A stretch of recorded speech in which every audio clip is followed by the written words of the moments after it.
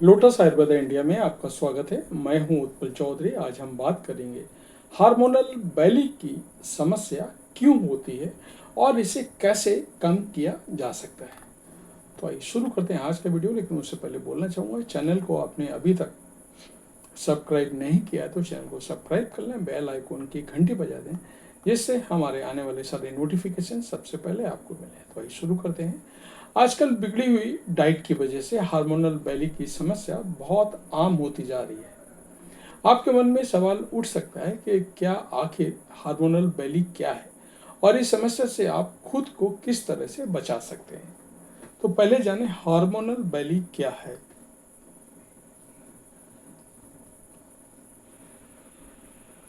बता दें कि हार्मोनल बैली एक ऐसी स्थिति है जिसमें हार्मोनल परिवर्तन के कारण पेट के आसपास के क्षेत्र में जमा बसा जमा होती है।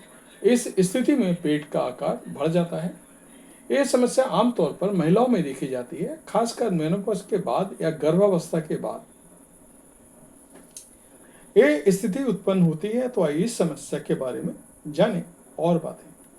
हार्मोनल बैली के कारण मेनोपॉज। बता दें कि हार्मोनल बैली की समस्या मेनोपॉज के दौरान हो सकती है। इस स्थिति में महिलाओं के शरीर में एस्ट्रोजन लेवल कम होता है। इससे फैट की पुनर्वितरण हो सकता है, जिससे पेट के आसपास ज़्यादा फैट जमा होता है। गर्भावस्था, प्रेगनेंसी में हार्मोनल उतार चढ़ाव की स्थिति होती है। ऐसे में हार्मोनल बैली की समस्या हो सकती है। ये स्थिति हाई प्रोजेस्टेरोन लेवल, सूजन और पेट में सूजन के कारण बन सकती है। पीसीओएस की वजह से ये समस्या हो सकती है। इस स्थिति में एंड्रोजन के उच्च स्तर से वजन बढ़ सकता है और इंसुलिन प्रतिरोध की हो सकता है, इस वजह से पेट में फैट जमा हो जाती है।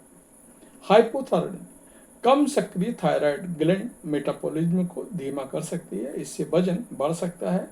इससे वसा वितरण में बदलाव हो सकता है। कुशिंग सिंड्रोम, इस स्थिति में हाई कोर्टिसोल लेवल पेट के निकलने खिंचाव के निशान का कारण बन सकता है। हार्मोनल बैली के लक्षण: भूख बढ़ना, चीनी की क्रेविंग, खाने के बाद कम तृप्ति महसूस करना, पेट के आसपास वजन बढ़ना, तनाव और चिंता, बालों का झड़ना। हार्मोनल बैली कैसे कम करें? आहार में बदलाव, फाइटोएस्ट्रोजन से भरपूर खाद्य पदार्थ खाएं, जैसे कि अलसी के बीज, क्रूसीफेरस सब्जियां और फर्मेंटेड फूड्स। साबुत अनप्रोसेस्ड फूड चुनें। आपको रिफाइंड शुगर और कार्ब से बचना चाहिए। ब्लड शुगर और इंसुलिन के स्तर को कंट्रोल करने के लिए कम कार्ब आहार पर विचार करें। एक्सरसाइज, लेप्टिन सेंसिटिविटी बढ़ाने और कैलोरी जलाने के लिए उच्च तीव्रता अंतराल प्रशिक्षण कर सकते हैं।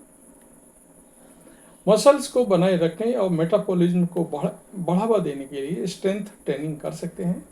तनाव प्रबंधन, कोर्टिसोल के स्तर को कम करने के लिए ध्यान और माइंडफुलनेस का अभ्यास करें। घ्रेलिन स्राव को कंट्रोल करने और वजन घटाने में सहायता के लिए पर्याप्त नींद लें, कम से कम 7 से 8 घंटे।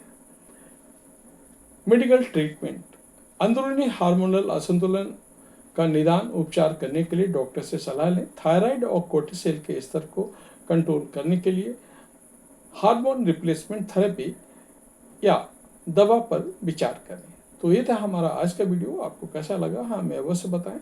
धन्यवाद।